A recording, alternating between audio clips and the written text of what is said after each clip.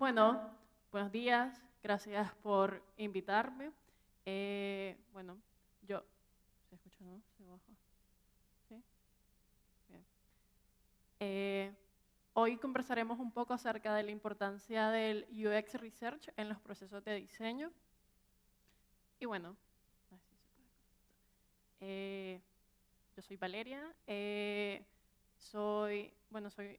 siempre me gusta describirme como una diseñadora con hermosas crisis existenciales que al final estas terminan siendo mi puerta hacia la creatividad. Actualmente soy Product Designer en The Cocktail y paralelamente soy Chapter Lead en Ladies at UX Bilbao, que es una comunidad de mujeres internacional que busca al final pues crear estos espacios donde todas nos sintamos cómodas, podamos aprender una de las otras y bueno, para todas las que quieren formar parte de esto, pues nos pueden seguir en redes. Y bien, y ahora, básicamente, ¿qué es el UX Research?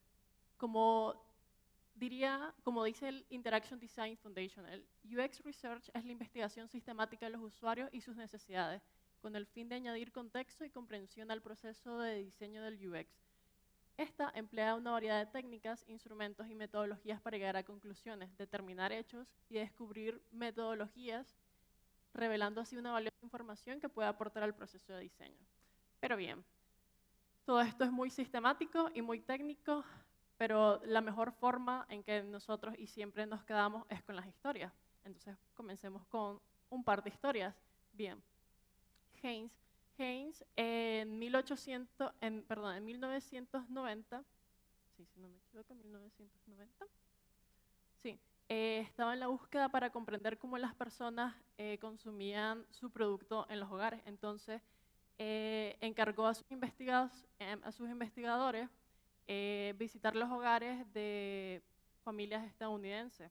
Entonces, estas personas al llegar a estos hogares vieron de que los mayores consumidores de su producto eran los niños, niños entre 5 años, los cuales no tenían acceso a la botella, porque si recordamos, esta botella de vidrio, entonces para poder usarla y sacar ketchup teníamos que presionarla, agarrarla con una mano, luego presionarla en un extremo. Entonces esto era bastante complejo y sacaba mucha ketchup. Entonces los padres decían, no, no, aquí se desperdicia mucho, el plato se queda lleno de ketchup y no.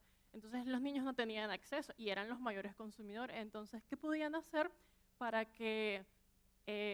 para que ellos puedan tener el control de esto?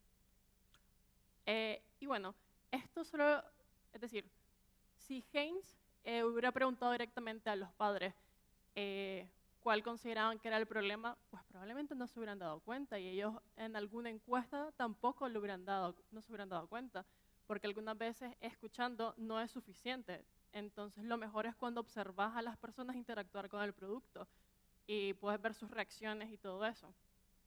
Entonces lo que hizo el equipo de Haynes fue hacer mejorar un poco la usabilidad del producto y creó el Easy Squirt.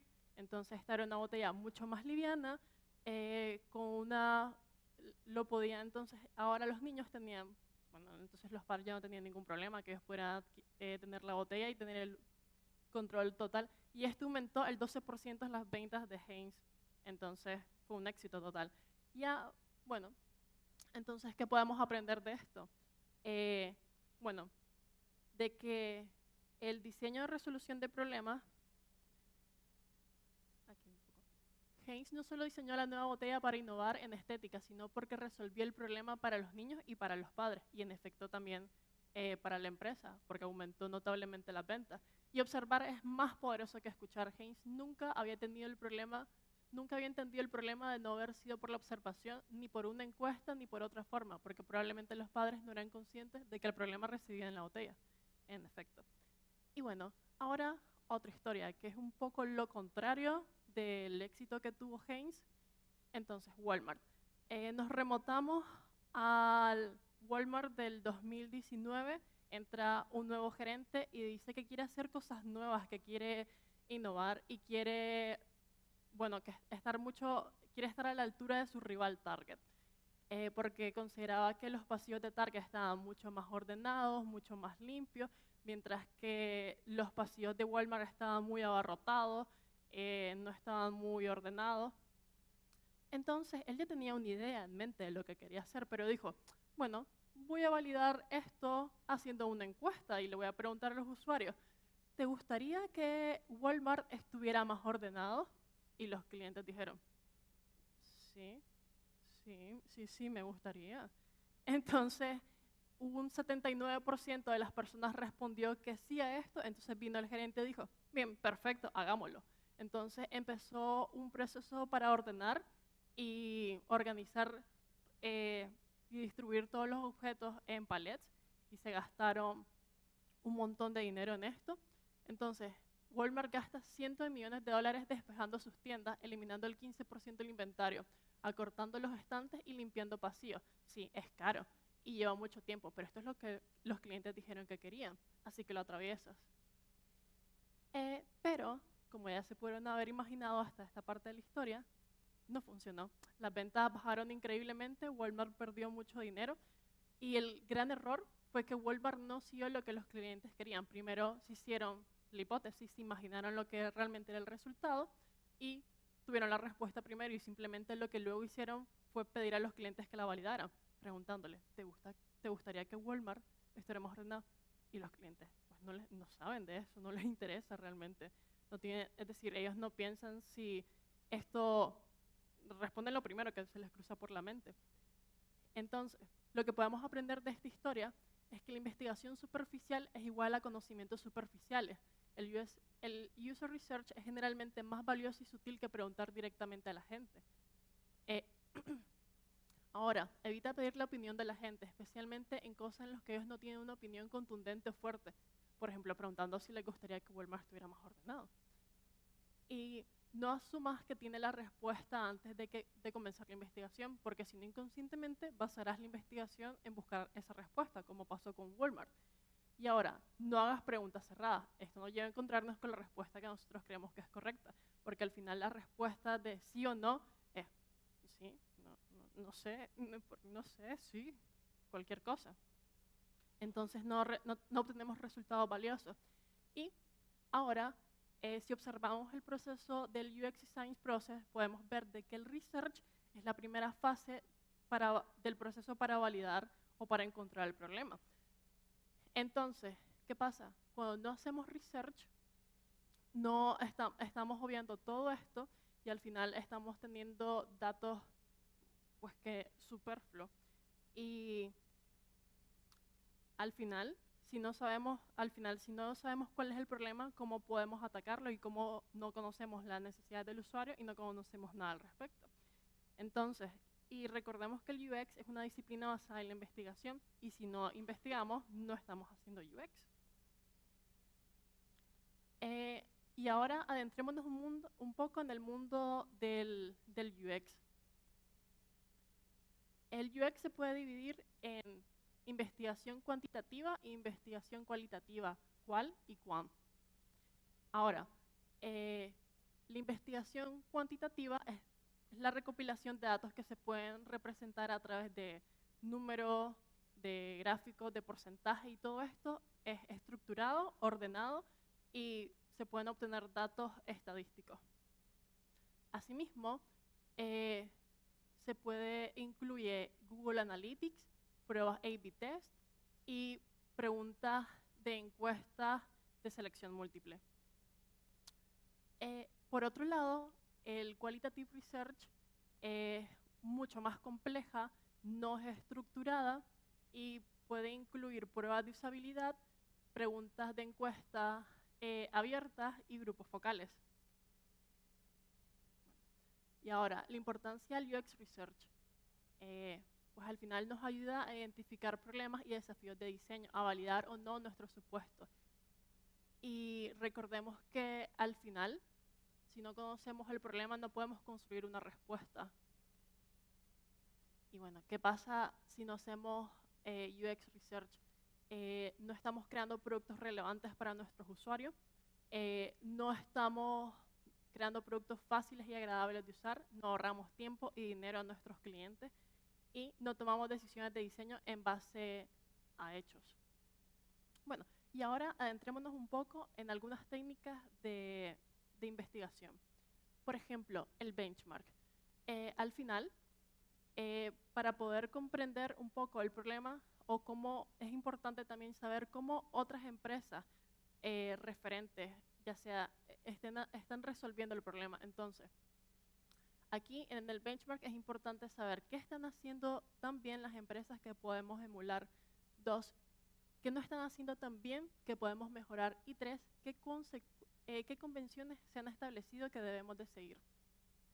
Y bien, el benchmark simplemente, como podemos ver aquí un ejemplo, es una captura de pantalla de nuestro competidor pegado en un PowerPoint o un Keynote, y lo que hacemos es resaltar, enumerar y luego explicar brevemente las razones por las cuales esto lo resaltamos, que puede ser bien el lenguaje que esta persona está utilizando, alguna estrategia que vemos que nos puede ser útil, cosas que podemos emular, convenciones a seguir como comentaba anteriormente. Y ahora, el online survey, bueno, las encuestas en línea. Al final, los test de usabilidad es la forma más eficaz de poder conocer a nuestro usuario, pero definitivamente las encuestas en línea son la forma más fácil de recopilar los requisitos de los usuarios. Y decimos que, bueno, que esto es la forma más fácil de recopilar los requisitos de los usuarios porque tenemos herramientas fantásticas como Hotjar, Usabilia y SurveyMonkey. Y ahora, al final, las ventajas del online survey es que podemos obtener datos tanto cualitativos como cuantitativos. Muchas veces, bueno, es barato, pero muchas veces incluso gratis. Y es poderosa porque tiene el poder de los números detrás de ello. Entonces, entre más encuestas hagamos, más seguros nos vamos a sentir del resultado que estamos obteniendo. Y ahora, el card sorting, que es algo bastante interesante y muy fácil de hacer realmente, más de lo que parece que es. Al final, el card sorting consiste en la forma en que organizamos la forma en la que organizamos el contenido en nuestro sitio web tiene que ser acorde a cómo el usuario considera que debe estar organizado este contenido, porque tiene que seguir sus modelos mentales. Pero ahora sí, muy bonito, pero ¿cómo lo hacemos? Pongamos un ejemplo. Al final, las historias es algo con lo que siempre nos quedamos y es fácil de recordar. Imaginemos de que tengo una ferretería en San Sebastián, la llevo durante más de 25 años, pero ahora quiero digitalizarme. Me gustaría vender más y vender online y que las personas puedan comprar mis productos en línea. Pero, ¿cómo empiezo? Tengo que ordenar los productos, ¿cómo lo hago? Hay una forma fácil y sencilla. Yo llevo 25 años, me sé los productos de memoria. Pudiera venir y plantear los productos tal como están en la tienda, por ejemplo, pero las personas de afuera no tienen todo el conocimiento técnico que yo tengo, entonces quiere decir de que esto no sería útil para ellos, lo cual al final, pues la persona entraría en el sitio web y no comprenderían. No es el lenguaje y el vocabulario que ellos hablan, no están acostumbrados a esto, entonces probablemente se pierdan y dejen el proceso y no compren. Entonces, entender modelos mentales, entender el vocabulario, el lenguaje de tus usuarios te da confianza, que es lo que venimos hablando anteriormente. Entonces, el primer paso, simplemente pongo un ejemplo, puede ser en post-it o en papel, en lo que sea, y ponemos cada uno de los productos en los post-it, luego los pegamos en la pared y les pedimos al usuario las siguientes tareas. Que los organice en grupos, que le dé nombre a los grupos. Y le damos 3 reglas. Debe haber más de un grupo, no puede ser máximo 10 grupos, que no nombre estos grupos como otro, cosa y miscelánea. Entonces, luego de un tiempo, vamos a ver cómo esto empieza a ordenarse y la persona lo va agrupando según sus modelos mentales. Ahora, lo siguiente que le pedimos sería de que nombre estos grupos. Entonces, una vez que tenemos esto, empezamos a ver datos muy valiosos. Uno, sus modelos mentales. Dos, perdón. Y dos, empezamos a conocer y a tener de forma global, a conocer cómo ellos se expresan, cuál es su vocabulario, cuál es la jerga que utilizan. Y claro, luego cuando lo repetimos unas 10 veces alrededor, podemos empezar a encontrar patrones y esos patrones son los que nos van a ayudar a comprender cómo serían esos modelos mentales de la persona.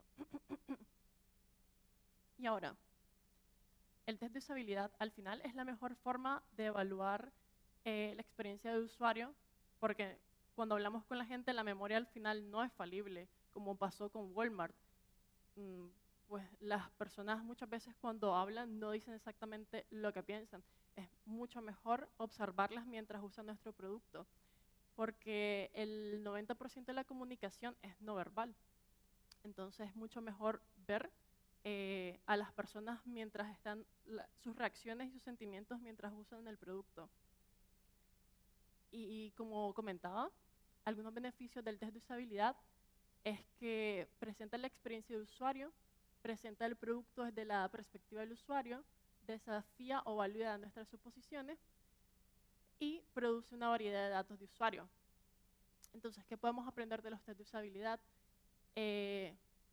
Porque, por ejemplo, si tenemos una página, tenemos un sitio para una agencia de viaje o somos Iberia, por ejemplo, al final, cuando le pedimos cuando se está haciendo un test de usabilidad, podemos ver los goals de las personas que no exactamente su objetivo es comprar el billete, porque puede ser de que cuando entra, pues entra para ver la disponibilidad y el precio según, porque tiene unas vacaciones, entonces según eso va agendando un poco y va viendo, entonces su meta no es exactamente esto último.